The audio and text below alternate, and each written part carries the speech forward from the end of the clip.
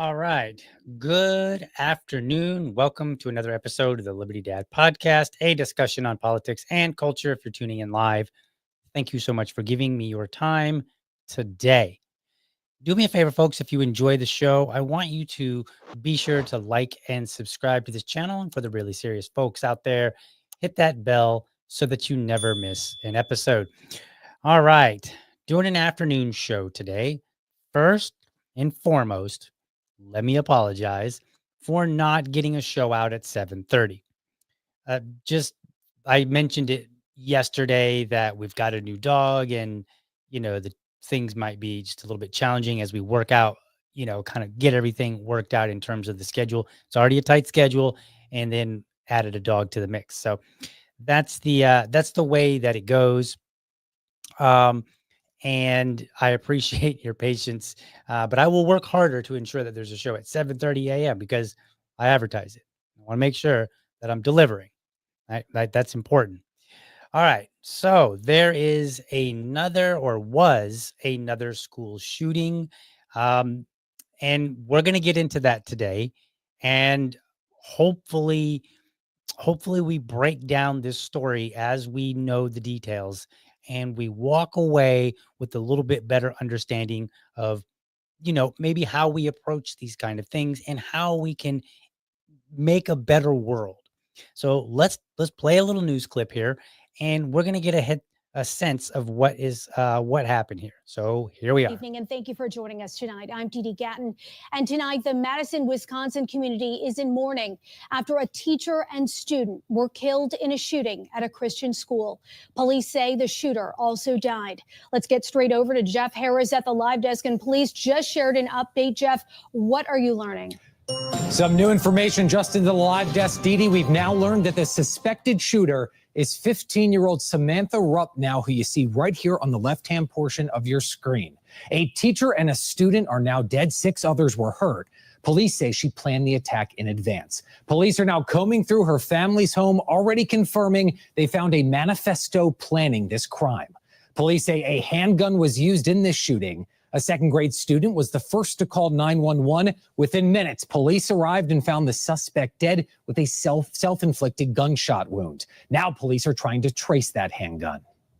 I was getting ready for lunch, so it was basically lunchtime.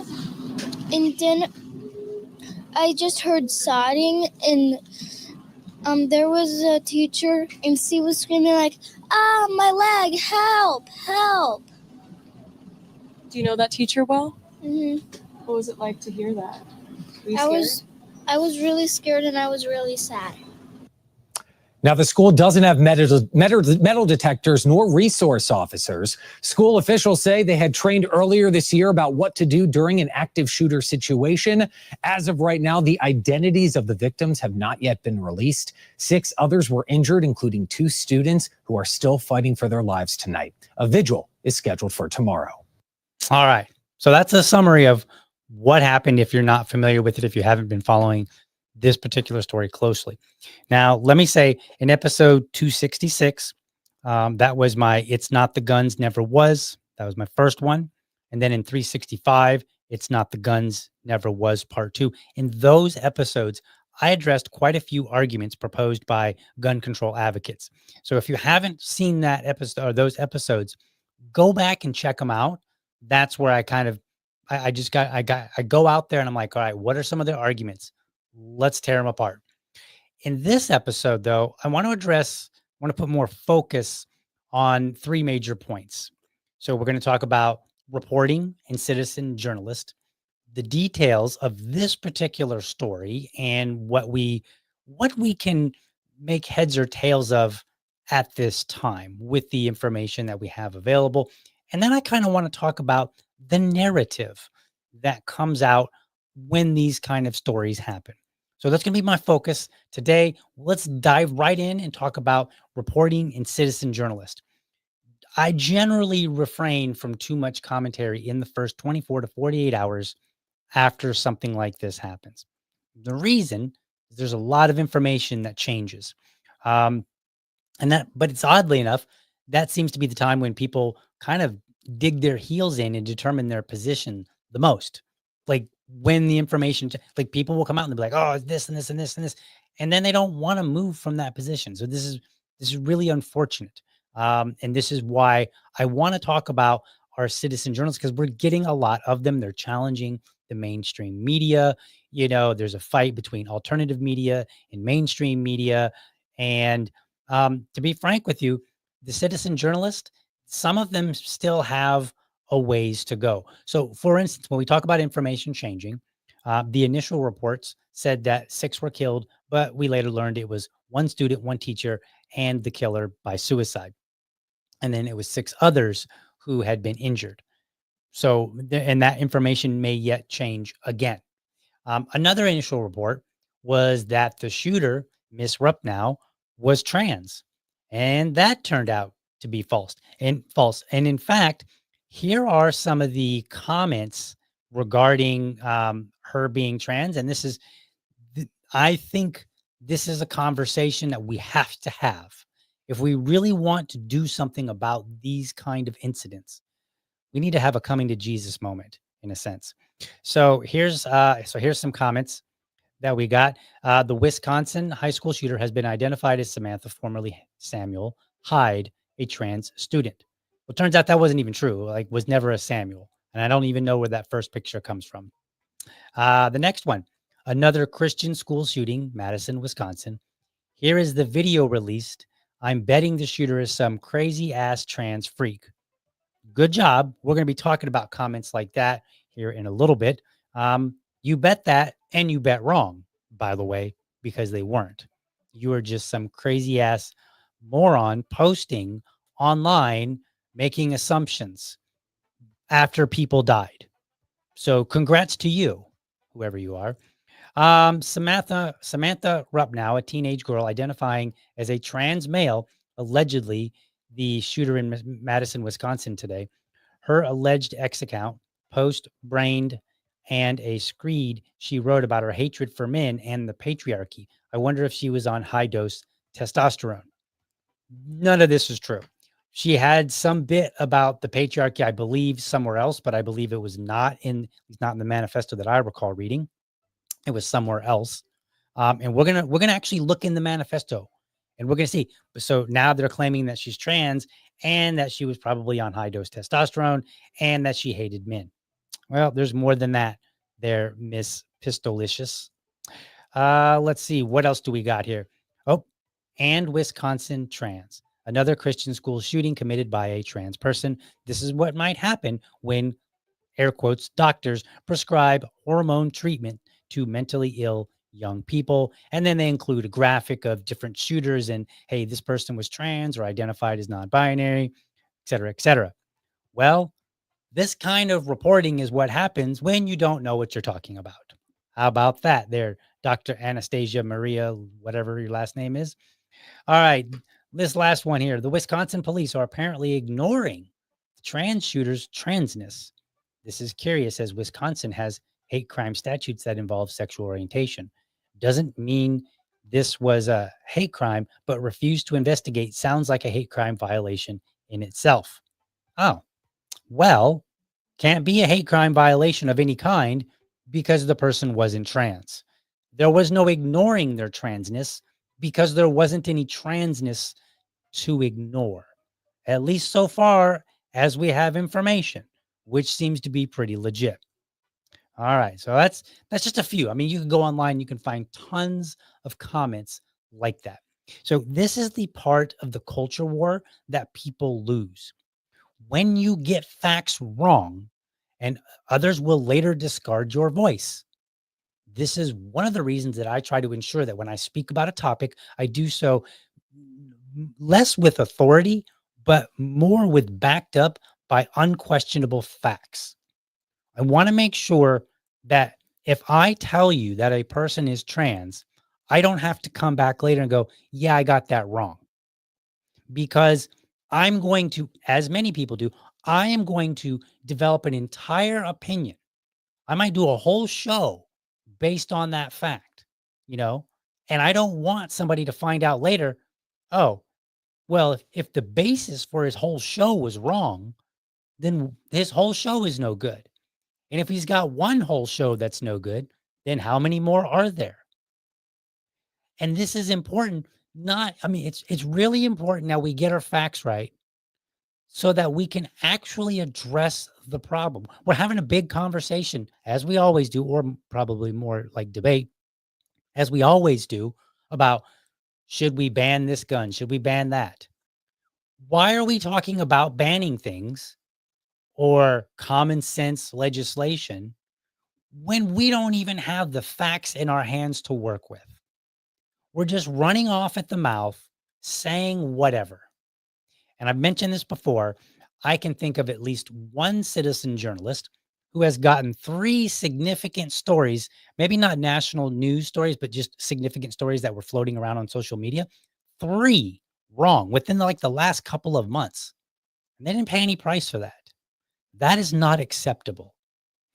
We need to hold our citizen journalists to high standards. I'm not trying to compare them and say, are you as good as the mainstream media journalists? I don't care if you have a degree. What I care about is when you present me some facts, when you say this person is trans, you better be right. And the more times that I find you're not right in a short amount of time, the more quickly that I'm going to discard you as a source, and everybody else should as well. It is that important, because otherwise we're just going to keep arguing and children will keep dying. People will keep dying. And is it that important to you that you get to say, oh, they were trans? I mean, think about this for a minute. I'm going to hold your feet to the fire, folks, not necessarily, like generally speaking here. If you were in a rush to say this person is trans and you were wrong and you don't pay any price, then you'll do it again, right? Maybe not with trans, but maybe with some other fact. And what that tells me is that you really don't give a damn about people dying. And it doesn't really matter what side of the aisle you're on. You could be pro-trans, you could be anti-trans. It doesn't matter. You could be somewhere in the middle. I don't really care. The fact of the matter is, if you can't keep your mouth shut long enough to validate some information, ensure that what you're saying is correct, nothing you say matters. Nothing. Because you're just running off at the mouth, trying to get some likes, maybe get paid on social media because you got more engagement than somebody else. Well, I don't care. And I will call out every person I see doing that, because that's just unacceptable. And if you're going to I do not identify as a citizen journalist. I do not do any journalist work whatsoever. I am a commentator. I just go out and I search out information. I read through and I try to determine, some perspective that may be a value add for my audience. That's what I do. So in this particular case, I would have kept it quiet. However, I did come across an account that I've seen this account before, and they seem to be accurate, at least in the context of this particular story. I can't remember any specific stories in the past, but I've seen some things here and there. I'm just not recalling specifically which ones. So let me show you who this person is, because it may be worth following if if you need some. So this it's an anonymous person, I think. Again, I don't know much about this person, but this is where the information that I get, that I got for this story comes from. Pagliacci the Hated. So, and there's I can't see their, no, I can see it. Hold on, let me pull that up here real quick. So they're at Slatzism, I think. I don't know. It's on the screen, and I have a link in the show notes. So if you want to go and check out their work, you can. I encourage you to do it, because I do believe in having citizen journalists. I believe that mainstream journalists don't always get it right, and they paint their own narrative, and that's fine. I don't have a problem with that. I really just care about, are you delivering the facts? If you tell me that somebody is 15, I expect that this person is 15 and not 27. If I find out later, like if you're a little bit off, if you're like, oh, okay, they're not quite 15 yet, they turn 15 in 3 months. Okay, I'm cool with that. Like, that's not a big deal, right? If you're slightly off on some details, because I can understand where the details, might be slightly inaccurate. But if you're wildly off And I've seen this. I saw an account and they supposedly identified somebody that was in a video being mean to a child, and a whole bunch of people went after this account, giving them a hard time, and then we find out was the wrong account, not even the right person, right? And this, I'm talking about the same account that I mentioned a moment ago. I didn't mention them by name.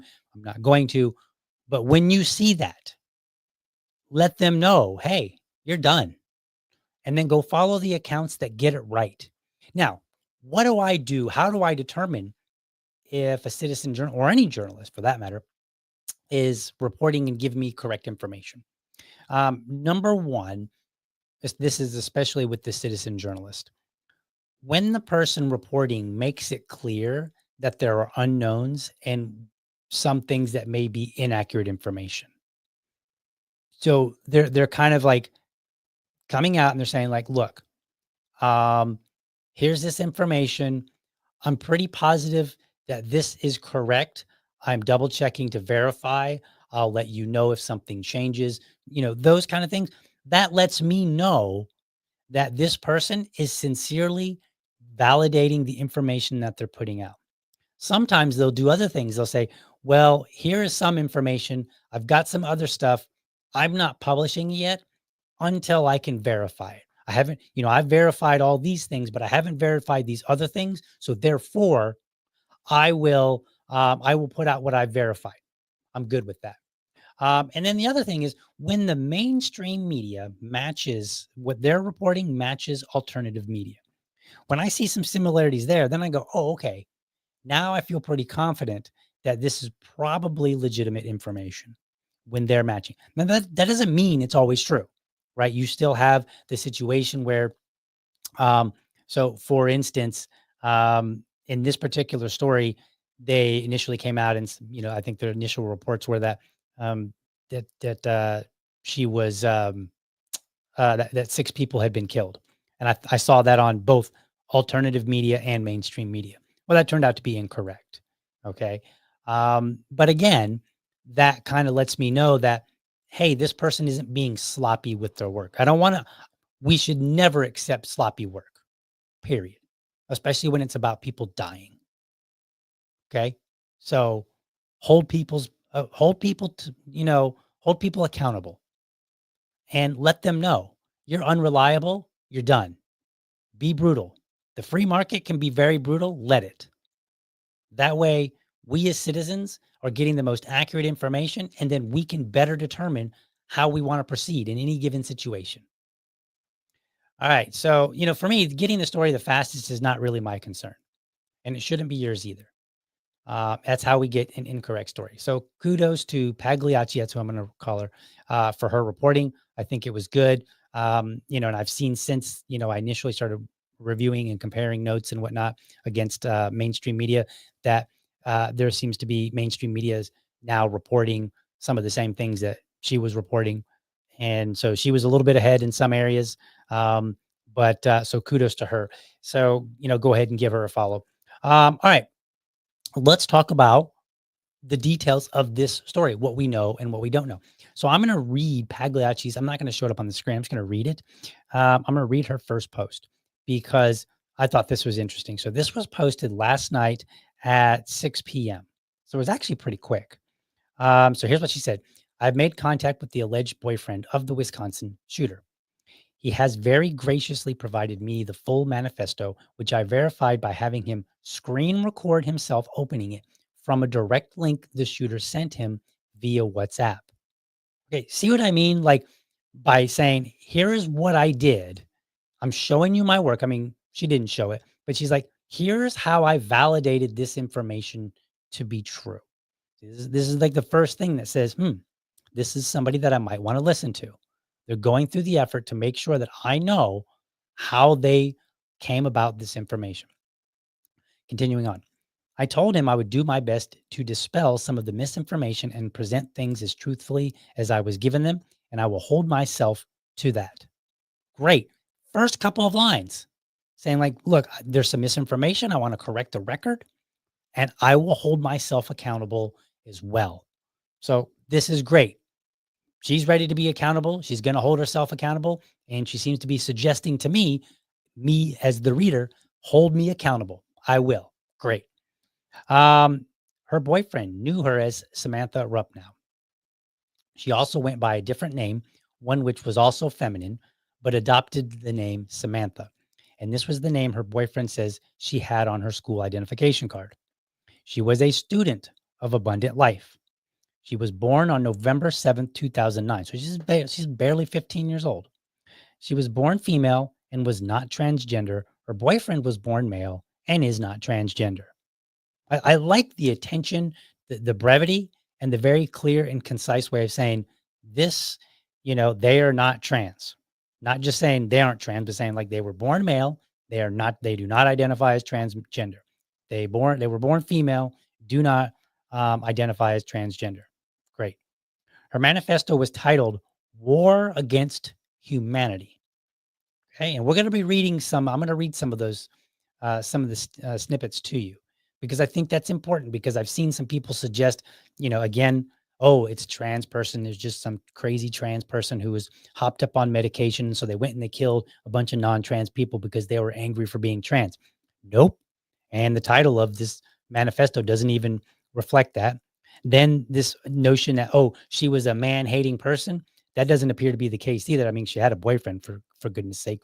But then the title of it is War Against Humanity. It doesn't say war against men. It says War Against Humanity.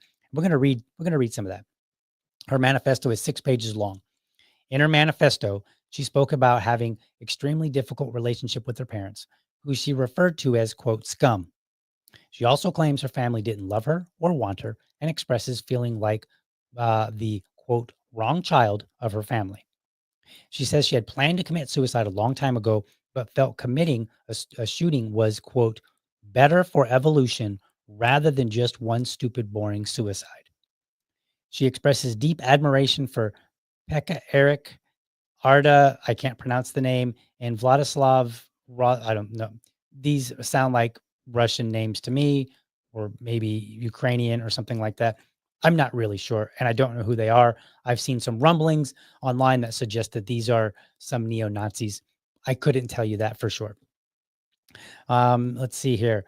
She expressed that she got the weapons to commit the attack through, quote, lies, manipulation, and my father's stupidity, end quote. More to come shortly. I will make some screenshots of the manifesto. In the interim, her boyfriend says the photo that is making the rounds is not how he remembers her, and believes it was somewhat edited to make her look worse. He provided me a photo of her in the same t-shirt and room. So that's interesting. And actually, maybe I can put that up on the screen. Can I do that? I don't know if I am set up enough to do that here. Let's go ahead and give it a shot. Nope, that's not what I want to do. Give me a second. I think I can get this up on the screen. There we go. All right, let's see if that will work. All right, so here it is on the screen. So I think the shot of this, the image on the left is the one that's edited. The image on the right is the one that the boyfriend claims is the original. So it looks like somebody maybe added some filters to make her look a little bit more disheveled or something like that. But whatever the case is, it sounds like people are trying to make the situation worse than it already is. Again, unacceptable. Because if you care about human life, you won't do this. You will be accurate in what you're saying, and you will do your best to bring out the truth, because the truth is what will lead us to having a better future, to helping these kind of people before they commit an atrocity. All right. Let's see. Let's take a look at that manifesto. So image number 2, let me put that up on the screen here. And then you'll be able to, we're going to take a look at this. So this is the one. Now I've highlighted a good bit of it and I zoomed in as much as I could, but I'm going to read it anyway. So if you're watching, don't worry too much about it. You can always come back and zoom in a little bit later. And again, the link to Pagliacci's Twitter thread is in the show notes. You can go back and you can read everything, because I've left a good fair bit out, because I have a particular direction for which I'm trying to take this episode. So here's what she says. Nobody really looked at me in a good way in elementary or middle school, nor even high school right now. Doesn't much matter because I like being alone. My therapist sucks.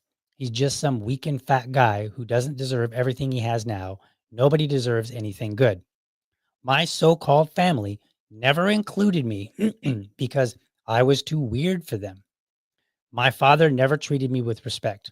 My father will always make me stand out in the worst possible way, yet bring up how I fail school or can't get out of bed simply because I don't want to leave. He makes me look like a freak to his family and friends. He says so much, but look at his bad side. My mother tried overdosing when I was around 12 or something. I've never really liked my father, to be exact, because honestly, why should I? Our hate is mutual to each other. He will never see me as his daughter. He will never love me like he loved his ex or her kids or even alcohol. But that doesn't matter. It doesn't matter anymore because nobody heard me out and just made fun of me my entire life. And I'm sick of it. So remember back in the episode about the girl that slept with 100 guys in one day. And I said, it is a father's job to keep his daughter off the pole and his sons out of prison. Well, in that same episode, I also mentioned that while women tend to act out, uh, uh, while women tend to is it act out? Yeah, act out in regarding sex, like the way that they act out is through sex. Men tend to act out through violence and crime. But that was a generalization. And I said as much. I said that sometimes women get into violence and men also get into sexual issues and addiction issues and so on and so forth. Well, I think we're seeing what happens when, and again, I'm not passing judgment. I don't want to say again, but I'm not passing judgment on the father just yet. I'm only going based on what I'm reading here. So based on what I'm reading here, it sounds like dad did not do his job. And had she not killed herself, she would have been in prison because she engaged in violence against other people, and killed them. This is why, one of the reasons why I do the show. This is one of the reasons why I'm so adamant about how we treat fathers and how we should elevate fathers and, treat them with respect, but also have high demands of them, because a father is the lifeline for his family. Now, I don't know the relationship with her father. It may have been a lot better than she's presenting here. Maybe she was crazy, right? Maybe she had a legitimate mental illness where, from the father's perspective, everything was in good order. Maybe not. I don't know. But from reading here, it doesn't sound like it. It sounds like she had a lot of hatred for her father, and that the father did not respect her, did not help curate her so that she could grow up as a healthy, mature adult. Like I said in that episode, it is a father's job to ensure that his child grows up mentally, emotionally, and physically healthy. That's your job if you're a father. And if your child grows up and becomes a serial killer or a crazed school shooter, somewhere along the line, you need to take responsibility and ask yourself, what did I do wrong? Now, it's possible you didn't. Again, there could be mental illness that went undiscovered. Maybe, some people are good at hiding things. Kids tend to be good at hiding things from their parents. But that is the starting point, or should be, for any father. Where did I go wrong? What did I not do? And this is the conversation that we need to have as a society, because I think it's only going to get worse. I think our fathers are way too absent, and they're not really leading the family. They're not ensuring that the family is emotionally, mentally, physically healthy. That's a problem. All right. Let's continue reading the next one here. So this is actually, this is going to be kind of like in two parts here. So let's put this up on the screen there. All right. And by the way, I'm only clipping out little segments because I wasn't going to read the whole manifesto. I don't think it was important. I'm only reading the sections that I thought were relevant to my particular point here that I'm making. But you can go and read. There's a whole lot more to it. It's 6 pages. So here, and it's not in order for sure. So she goes on and she says, "I've grown to hate people and society. It's truly not my fault, though. It never was. But all of you and the world have done to me is pick and tease me. You've pushed me into a corner with no help whatsoever. Doesn't help that school was a pain in my ass while getting teased and pushed around. I always got picked on for being out of pocket, as if the quietness was out of pocket for them or and just too odd or something." So now she's describing what appears to be, a poor social life. And maybe not just poor, but a bad one where she's being made fun of. And so I want you to think about this. And I'm not trying to bring sympathy to a killer. Everybody that kills somebody they have to be accountable for their actions. But that doesn't mean that we can't look at it and say, what went wrong?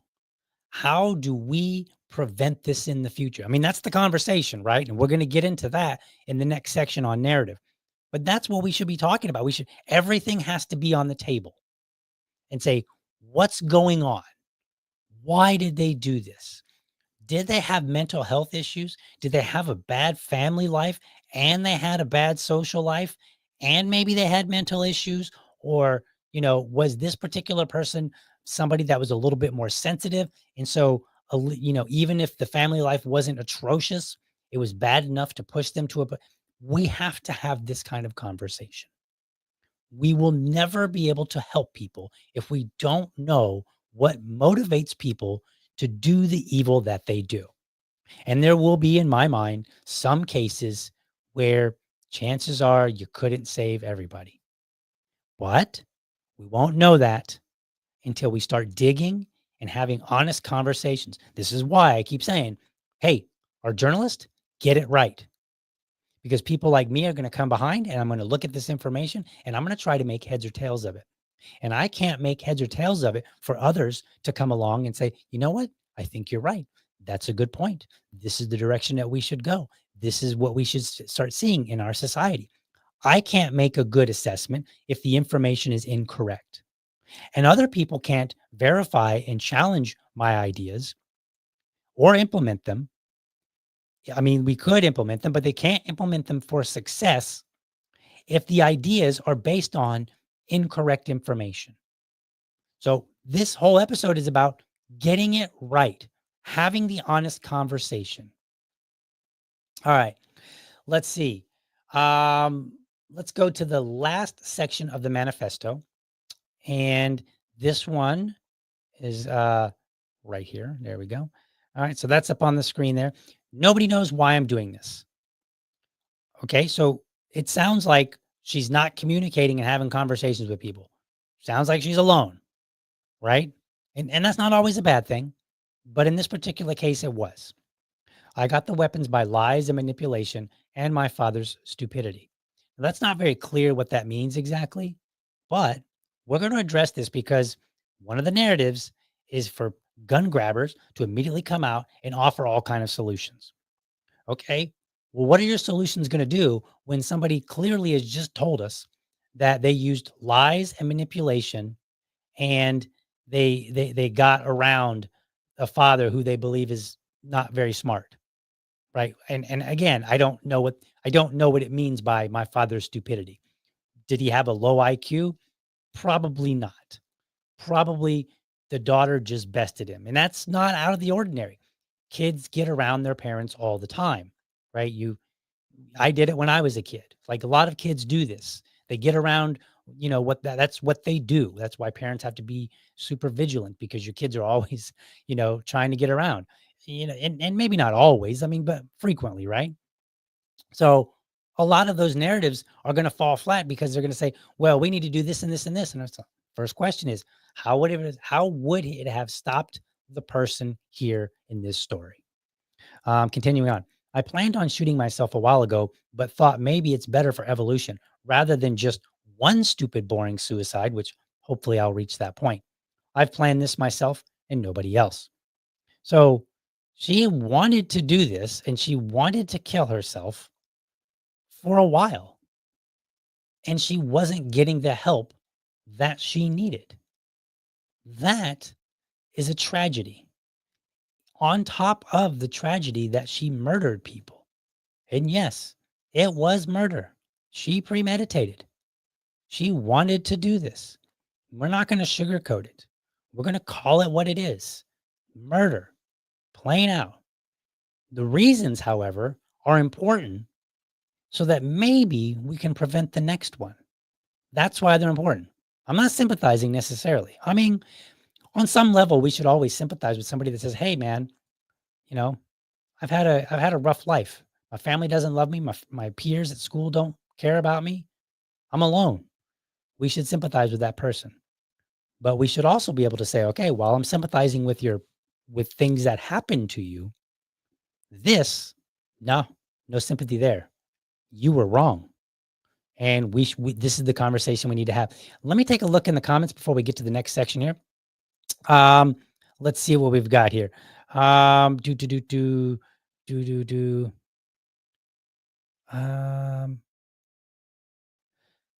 Patrick Kirby says gun control to stop school shootings is like trying to alter the weather to stop a flood. I agree. I absolutely agree. But I think there's more to the story, as we're going to be talking about today in this episode. And that is, how do we frame this whole conversation? We're going to get into that in just a moment when we talk about the narrative. Let's see.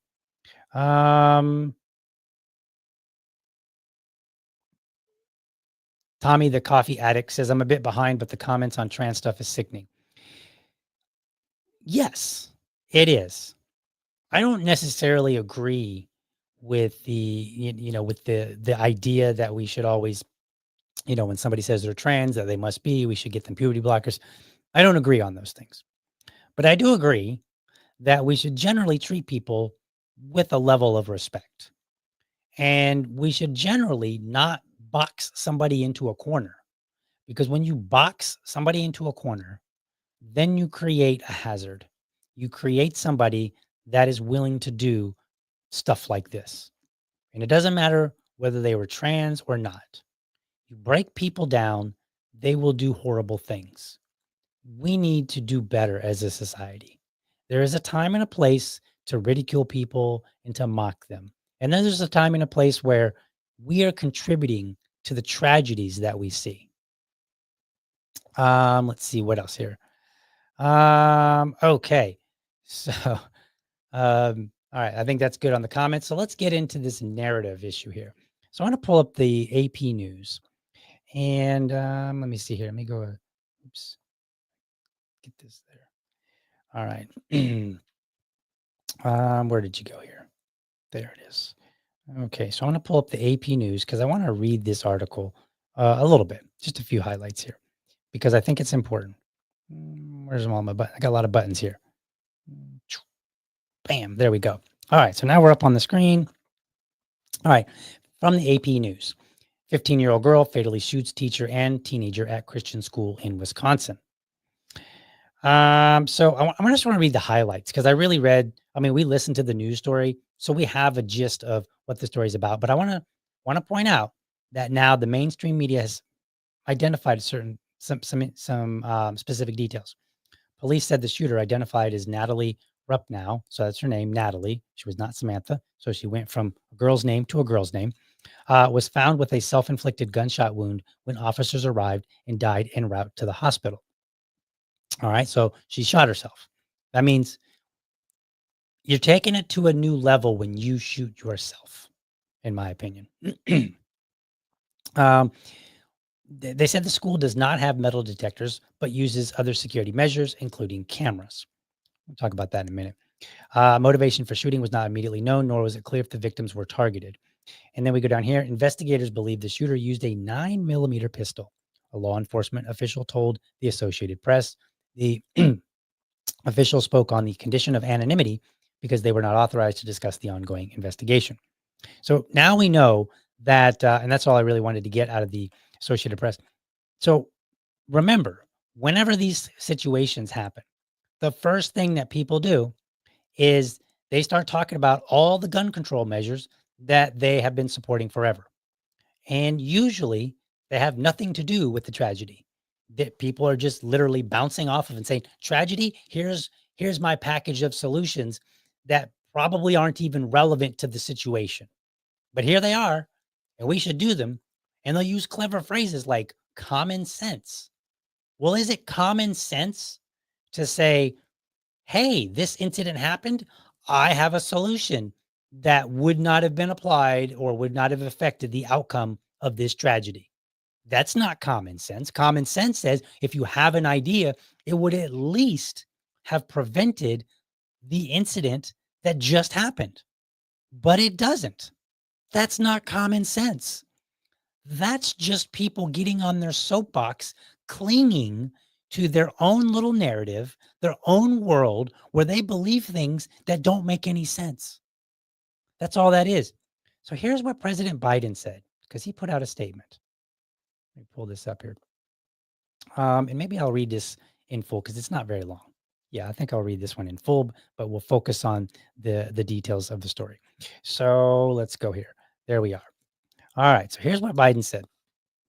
Statement from President Joe Biden on, look, let me just stop right here. I get it, folks. Did he really say this or did somebody say it on his behalf? I get it. I know. He probably didn't handwrite this himself.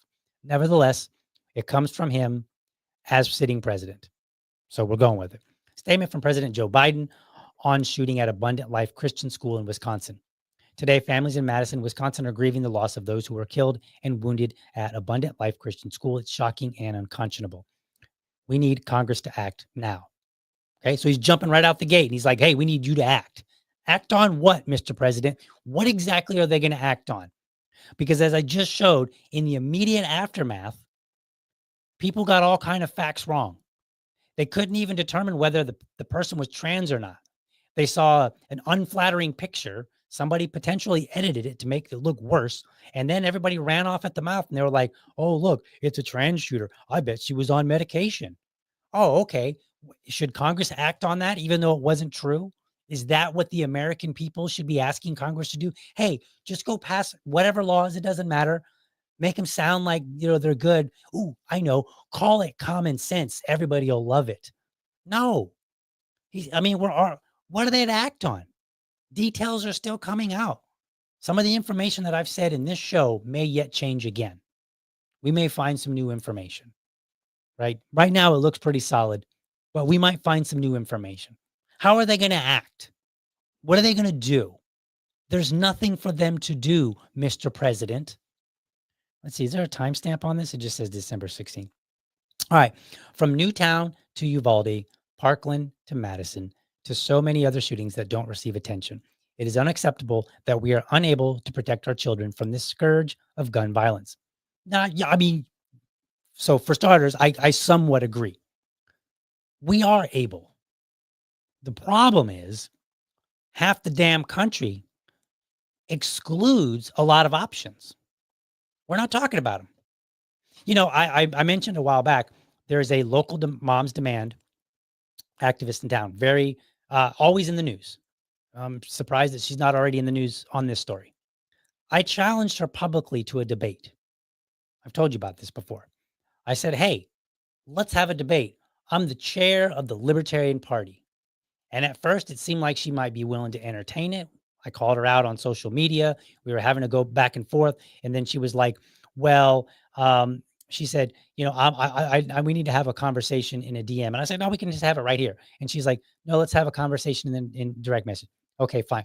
We got into direct message and immediately she got in and was like, I'm afraid for my safety. I'm really concerned. And I was like, and I tried one time. I said, okay, look, I'm the chair of a political party. I suggested that we do this and we raise money and then we split the money 50-50 to go toward whatever local charities we might feel best, that we might prefer, right? Like you choose your charity, I'll choose my charity. We'll split the money. Our organizations don't get any of the money, right? We're just doing this for charity. And then we have a conversation, right? And I told her, I said, as the Libertarian Party, we are probably some of the strictest when it comes to how people carry firearms. We are very, very careful about that. And we're very judgmental of people who, carry a firearm in a way that's dangerous. And she just kept going on. So I was like, you know what? We're done. And I ended it. So she didn't want to hear it. And one of the comments that she made was in this direct message, she said something to the effect, she's like, I don't want to debate. I just want to do something. Okay. What are you going to do? What are you going to do, moms demand, with this tragedy when you don't even know the facts? Right? You just going to just demand that Congress start acting, just start passing legislation? How about we ban moms from going to school? That's acting. We'll do that. We'll ban moms. Can't trust them. That doesn't make any sense, DL. No shit. Because it doesn't match the facts, which we don't have. That's the problem. So it's not that we're unable to protect our children. It's that we're not willing to entertain all of the ideas. A lot of people have said, hey, why don't you put a resource officer in there who's carrying? As this school pointed out, they didn't have metal detectors, which kind of makes sense for a private school. They didn't have a resource officer. I don't know what other things that they did or did not have, but it seems to me that there are plenty of military veterans all throughout the country who would willingly sign up and say, I will go to a school and I will stand guard. And if anybody comes in to harm those children, I will put myself between the shooter and them, the children. And I will, like, we're talking about veterans, right? This is one option. Veterans have already said, I'll put my life on the line for the country. Surely you can find plenty of them who will say, I will put my life on the line for children, and I will be there to protect them. We could talk about whether or not teachers should be able to be armed. I wish I had looked up his name. I meant to, I forgot, so I apologize. But there was I believe it was in the Parkland shooting. It was one of the teachers. He died in the process of like locking a door or protecting students. He literally put himself in harm's way. I can't remember exactly what he did, but he put himself in harm's way and he died for it. And so one of the points that I make to people, I'm like, I don't know if that man would have ever carried a firearm. He might say, hey, I hate guns. I don't carry firearms. But the fact of the matter is, by telling this man, if he wanted to, that he couldn't carry, by telling him that, we were saying, hey, it's good enough for you to give your life for my children, but not good enough that you should be able to protect your own in the process, or maybe stop the shooter from getting any further. That's unacceptable. It's not that we can't, it's that we won't, because one side acts high and mighty and they don't want to have a conversation about the facts. They just want to run out lazy statistics, half of them which aren't even correct. They massage and manipulate them to the point that it sounds really bad. And then they'll be like, no, we don't want to have a debate. No, we're good. I just want to do something. Congress, why don't you do something? So fine. Congress, ban women. Let's continue. We cannot continue to accept it as normal. You're right. I agree. It should not be considered normal that we will not have a full-on conversation about all of the options. That is not acceptable. And that should not be considered normal. Every child deserves to feel safe in their classroom. Yeah. Students across our country should be learning how to read and write, not having to learn how to duck and cover. Yeah, I would prefer that. I mean, it's probably a good idea that they learn it anyway, just in case. Better to be prepared than not. But yeah, I agree. Jill and I are praying for all the victims today, including the teacher and teenage student who were killed and those who sustained injuries.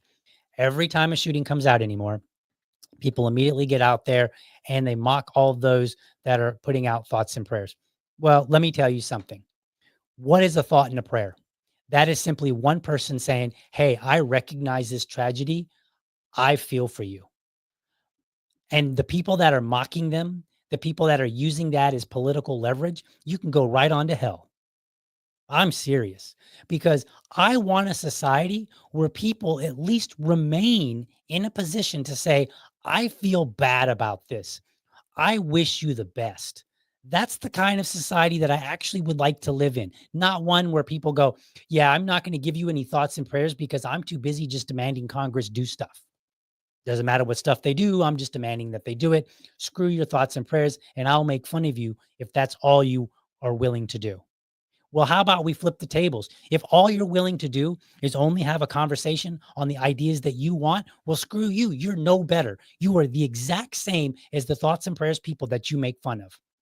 In fact, you might even be worse. We are grateful for the first responders who quickly arrived on the scene, and the FBI is supporting local law enforcement efforts. At my direction, my team has reached out to local officials to offer further support as needed. Standard inclusion there, no big deal. Have nothing to complain about that.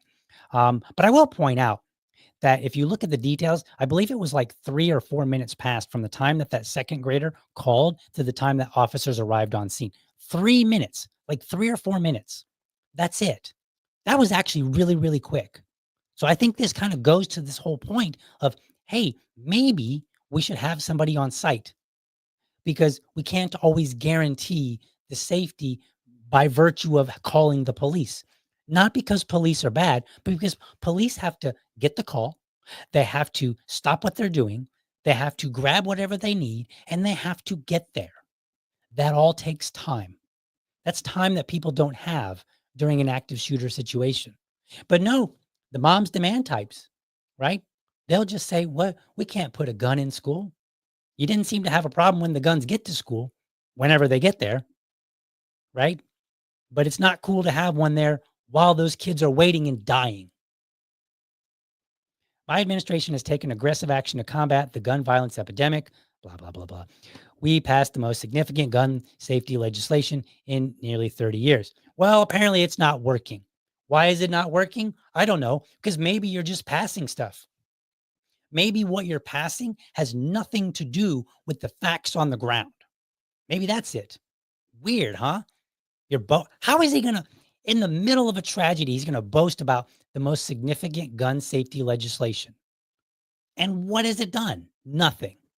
At least nothing impressive. I've taken more executive action to reduce gun violence than any other president in history. Do you want a cookie, Mr. President? And I created the first ever White House Office of Gun Violence Prevention. So what? What is it prevented? There are dead people, and he's boasting about his record. Well, your record means shit. All right, but more is needed. Here we go. Congress must pass common sense gun safety laws, universal background checks, a national red flag law, a ban on assault weapons and high capacity magazines. This is what I'm talking about right here. What was the date of this? This was yesterday, right? Yeah, he put this out yesterday. Yesterday. Now, I read you from the AP. And then, if you go out and you look, and that I think the news story that I showed you at the very beginning of the show and the AP, they both said it was a handgun. This girl took a handgun to school, and the president is yapping his jaws about his record and then talking about assault weapons and high capacity magazines. The hell was that supposed to do? This is why his legislation, how strong it was, how great it was, the best that's ever been done, right? Like in 30 years, no president has been like me. That's why it ain't work, Mr. President. Because you guys are over here focusing on stuff that's not even relevant to what is happening. A national red flag law, the girl admitted. She said, hey, my dad had a gun and I was able to evade him. I got around my dad. Right. And I don't know if the dad should be held responsible because I don't know what she did to get around him. Did he take relative good measures to ensure that his firearms were locked up? Did he think he had a daughter that wasn't crazy? I don't know. These are that's some of the information we don't have. And yet we have people like the president talking about background checks. Don't know if that would have worked. National red flag law. Don't know if that would have worked. A ban on assault weapons and high capacity magazines. I can guarantee you that wouldn't work. But that's what's considered common sense. No, it's not common sense. It's stupidity to say that this is what we need. That's not going to guarantee that some other parent is going to have to bury their child. And the more that people talk like this, the more we should call them out and say, you don't even care about children. You just care about your damn laws. You just want to put laws into place so you can sleep better at night and feel good about yourself, pat yourself on the back and say, oh, look at me. I did something. Great. Why don't you tell the grieving parents all the great things that you did? Go ahead, Moms Demand. Tell us about all your protests. Tell us about how you support these things. Tell those children, Mr. President, not the children, but the parents.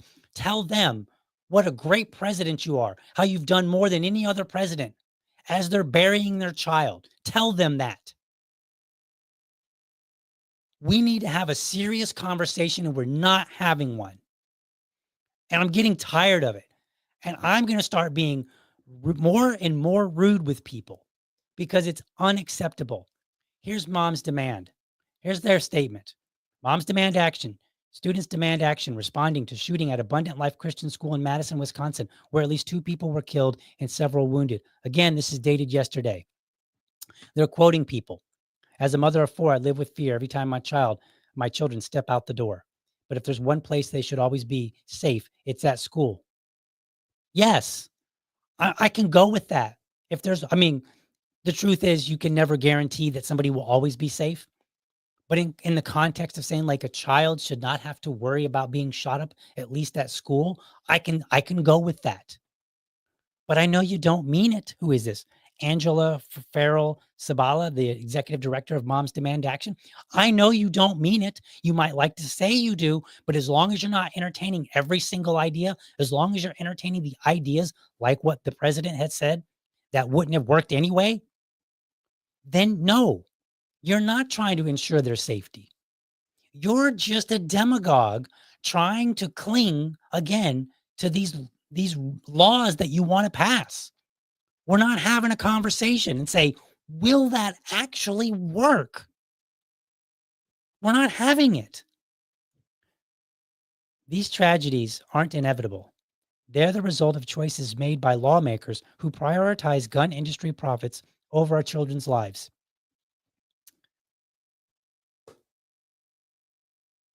I'm not really a violent person, so I'm going to say this kind of metaphorically. But some people need slapped. Now, don't go and slap people. If you hit somebody, then you should get hit back unless you're defending yourself, right? I'm speaking figuratively here, not metaphorically, figuratively. I'm saying some people need slapped. Really? You're going to blame the gun industry because they get profit? And you're going to say, you're the reason why my child died? We're not going to have a conversation about, I don't know, the girl wrote a whole manifesto about how her parents didn't love her. We're not going to have a conversation about broken families. That's not a problem. We're not going to have a conversation about bullying in school, which has been happening since, I don't know, time immemorial. That's not a conversation we want to have. We just want to say, oh, it's the profits. You just wanted profits, so therefore you're the problem. Oh, okay. Again, this Angela woman, she doesn't mean it. She's full of it. She's just running off at the mouth. Yip, yap, yip, yap, yip, yap. This is why I say some people need slapped right out of their stupidity. And again, I'm going to tell you, do not go slapping people. Do not assault people. If you assault somebody, you deserve to get punched in the face. Okay? I'm just trying to illustrate the strength of my my irritation with this by saying this is unacceptable. We're not having real conversations to deal with this. Firearms, here we go again. Tragedy. People are dead. Firearms are the leading cause of death for children, teens, and young adults ages 1 to 25 in the United States. Okay. Children's, teens, and young adults in the U.S. are impacted by gun violence in all its forms.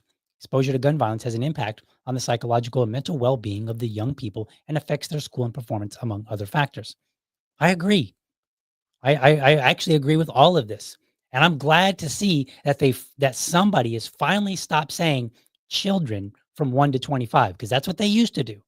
Now, if we can move that needle a little forward and say, okay, leading cause of death for all these people, who are they? In one of my prior episodes, you can go back and look it up. I break down those numbers and I tell you what's going on. It looks like gang violence is a large contributor to this.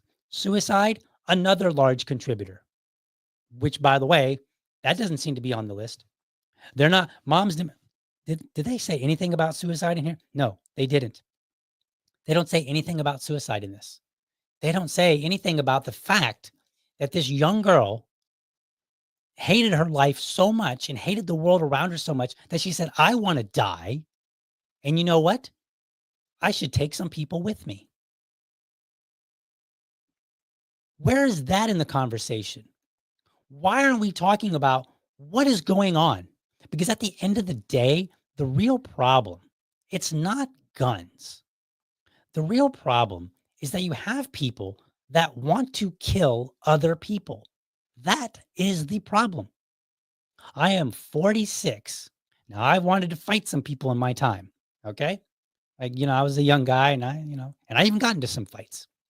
And maybe every now and then, if you go back and if I could really remember, there might have been a time or two where I was like, man, if I had a gun, I would just shoot them. Maybe I might have said that internally, but I didn't really mean it because it never happened.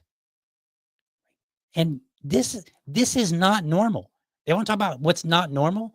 How about a 15-year-old saying, I'm going to take a gun to school and shoot people and then shoot myself because I hate me and the whole world? That's not normal. What's going on? And you know what? You know what doesn't contribute to that attitude? Profits. There ain't no teenager out there that's thinking about killing people who is writing down and saying, if it weren't for the profits of Smith and Wesson, I wouldn't be doing this. They're not saying that. They're saying my parents don't love me. My friends or the peers at school hate me. I have no friends. Maybe start there. Start with what we know to be true and deal with that if you actually care about kids dying. But if you just care about your narrative, about your desire to be anti-gun, then by all means, keep running off at the mouth. But I will not stop calling you out. And every time I will be back and I will come with this same fire and passion because I'm tired of it. I'm tired of not having a real conversation. Yeah, I get it. Would it excite me to have an armed guard in my son's school? I mean, I wouldn't be excited about it. I think it's unfortunate that we live in a world where we might think this is an appropriate situation to have an armed guard, right? But at the end of the day, it's on the table for me because I care about my son's safety and I care about all the other kids and the teachers and the faculty and administration and everybody in that building. I care about them. In fact, I care about them so much that I don't want them to die, that I'm willing to say, let's put an armed guard in there. And if you're not willing to do that, then I'm just going to call it out. I'm going to say, you don't care. So stop pretending like you do. You don't care if you're not willing to entertain all options. Period. And I'm not going to back down. You can call me whatever names you want. Say whatever you need. I'm a big boy. I'll take it. But I will keep calling you out because I know you don't mean it. All right. Let me dial it down a little bit. I'm sorry. I get a little passionate sometimes, and I don't mean to be too fiery, but sometimes I just am so frustrated because I'm like, really? Really? You're going to tell me how you care about kids and then you're taking half the options right off the table? And then you don't even want to, like, in your press releases, you're not even going to mention some of the factors that led somebody to want to harm somebody else? Seems to me that that's the real problem. We have a society that doesn't care. Before I get to some comments here, let me make one other comment. I saw this on social media. So some people were pointing out, that this was a Christian school and, and suggesting that maybe religion had something to do with it. So let me just give you two quick stories. I know we're going a little bit long today, but that's okay. So I went to junior high, 6th, 7th, and 8th grade at a Catholic school, Our Lady of Mercy, Dayton, Ohio. You can go look it up. I assume they're still operating. For high school, I went to multiple high schools actually. But when I lived in Dayton, Ohio, I went to 2 Christian schools. I cannot remember their names, but I went to 2 different Christian schools. So I went to a Catholic school and I went to 2 private Christian schools. All 3 of them were private. I also attended Meadowdale High School. And that high school was, I guess you could call it semi inner city. It's not inner city in the sense of like being overrun by gangs, but it's inner city in the sense when I was in the 90s and I went, we had metal detectors back then. When the neighbor girl who was a year ahead of me, she said, "Look, where you are now, the fights are different than where you are now." She said, You get a black eye at the school you're at." She said, "Here, the fights end in puddles of blood." And she was not joking. So let me tell you 2 stories because I think this is pertinent when we talk about, because this is the second Christian school that's been attacked. And so a lot of people want to poke at the Christians or, whatever. There's any number of ways that people want to go. So let's address this real quick. Um, Let me see which one I want to start with. So what I said in response online, I said, since I've been to these different schools, the kids at the public school, they pack a harder punch physically. Like they do, because I received a few. um, at the private schools, their punch is like more mental. That's where they pack the harder punch.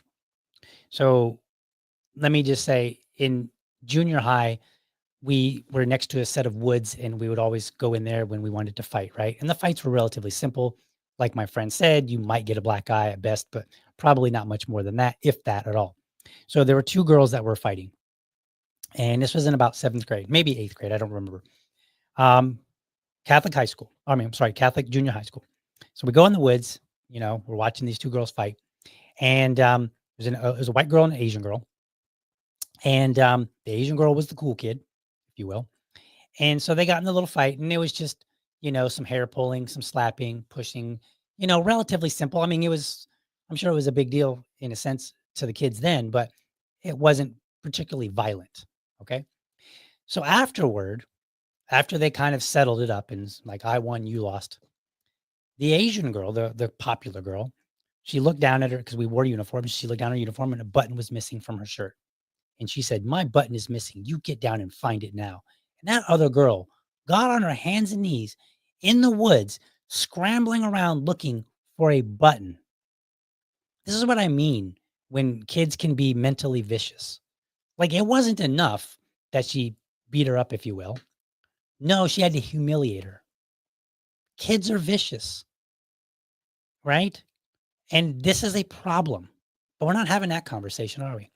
So now let me contrast that to the public high school that I went to. So I would ride the city transit, RT, I think we called it the Rita. And I was sitting in a chair and 2 girls, a white girl and a black girl. I don't know what they were arguing about, but they got into an argument. The white girl hit the little bell, got off, and then the black girl and a couple of her friends got off at the next exit. And we all knew what was going to happen. They was fighting. Okay. The other girls got off. They went, they found the other girl. They beat her up. The next day, bruises all over her face. Looked like she had just been attacked by a mob. Just total brutal. Why am I telling you this? We have a problem when it comes to kids, and it's not limited to the Christian schools. It's not limited to the public schools. It's not limited to private schools. Kids simply can be mean, period. This was my experience. I don't know what the experiences are like these days. My son is 5. I've yet to hear about it. Sometime in some time, I will hear about it and I will have a little bit more familiarity, but I'm willing to bet that it's not too much different. If we want to stop kids from shooting other kids, perhaps we start talking about how are these kids engaging with each other? In my mind, it's one thing to get into a scuffle with somebody. It is another thing to get to the point where you want to shoot them.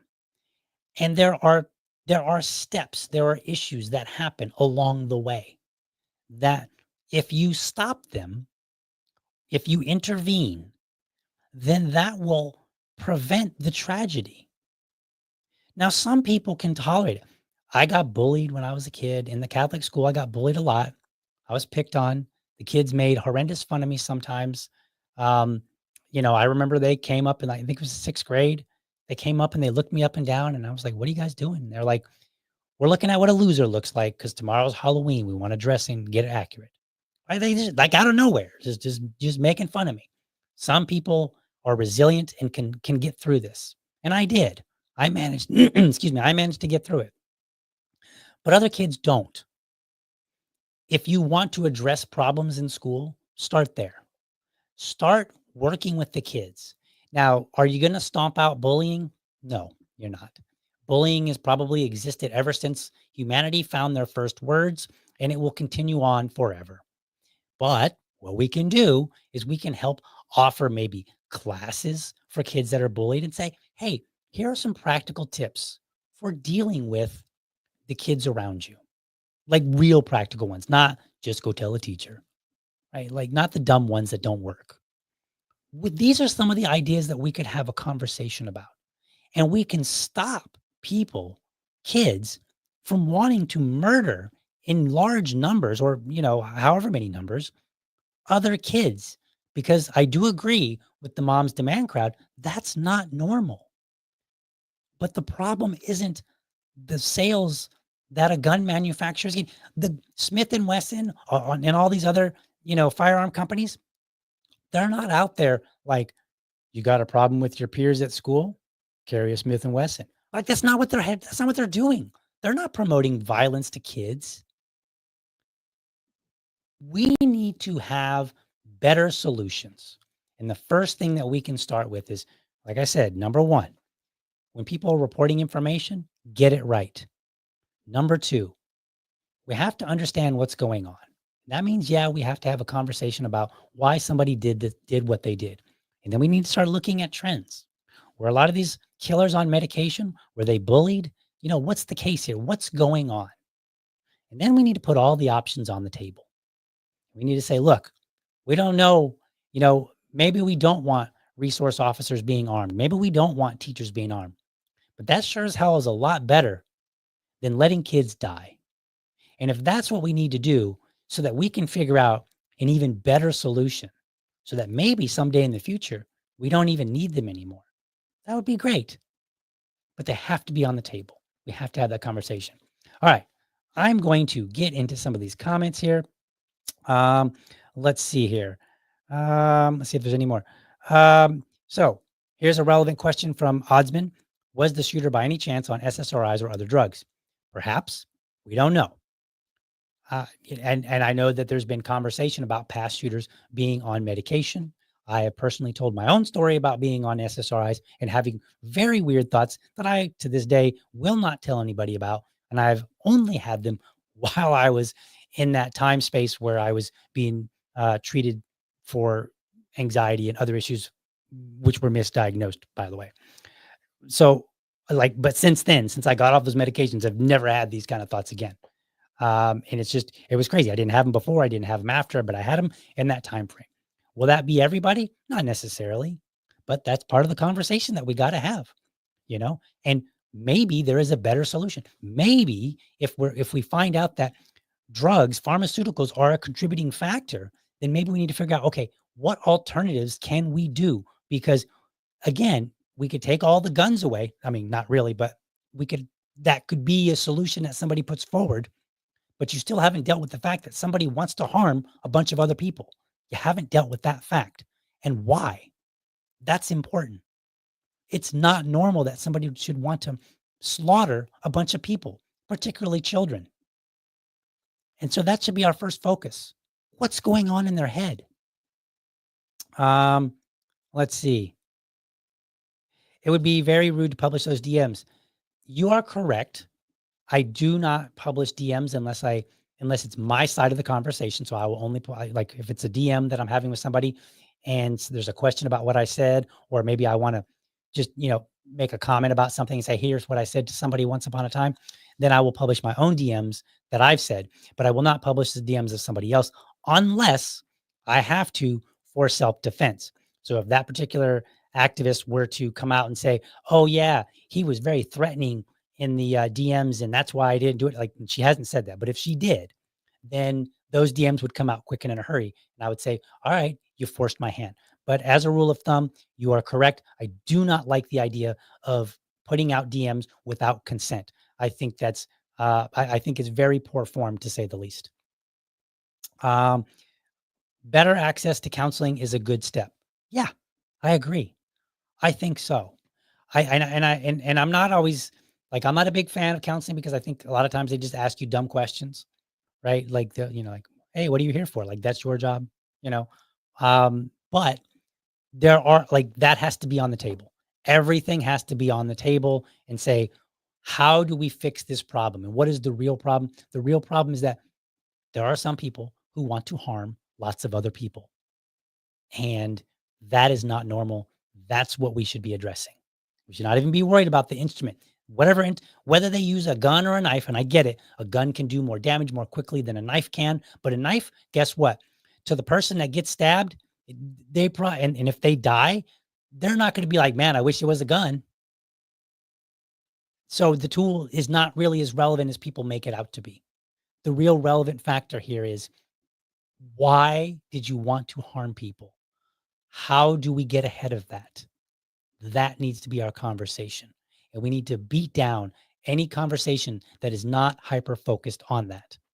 Because if it's not hyper focused on that, it's probably a solution that does not yet have a problem. Let's see. I think that's it. Thank you so much, folks, for joining me today. I appreciate it that you were willing to tune in, even though I was a little bit on the late side today. Try to do this at 7:30 in the morning, and I will try to tone it down a little bit. I know I was a little angry today, but sometimes I just get fired up about things, But thank you for watching. Hope you found this episode informative and inspiring. Be sure to catch me Monday through Friday, 7:30 a.m. for an informed discussion on politics and culture. By the way, I'm always looking for dads to join me for Dad Talk. Dad Talk is my series where I invite everyday dads to talk about what's important to them in the context of being a dad. No argument, no debate, and dads choose the topic. It's my way of raising dad voices. And by the way, let me just add on, since I was talking about dads earlier in the show, this is my way of using dads to communicate to other dads. So that maybe some dad's listening to the show and he's struggling with something, and he can hear a dad that comes on the show talking about his challenges and how he overcame them. That's my hope. I hope that by raising one dad's voice, it benefits some other dad somewhere. And then when that dad gets a benefit, guess what? His family, his wife, his children, even the dog, they benefit. And that's a good thing. Make sure that you're subscribed to my YouTube channel, or if you prefer my Rumble channel, you can go to youtube.libertydad.com, or you can go to rumble.libertydad.com. While you're there, let me know how I'm doing by leaving me a comment. Last but not least, I want you to remember, if you're a champion of liberty, your business is people and your product is liberty. I want you to have a great week. Catch you next time. But for now, I'm out.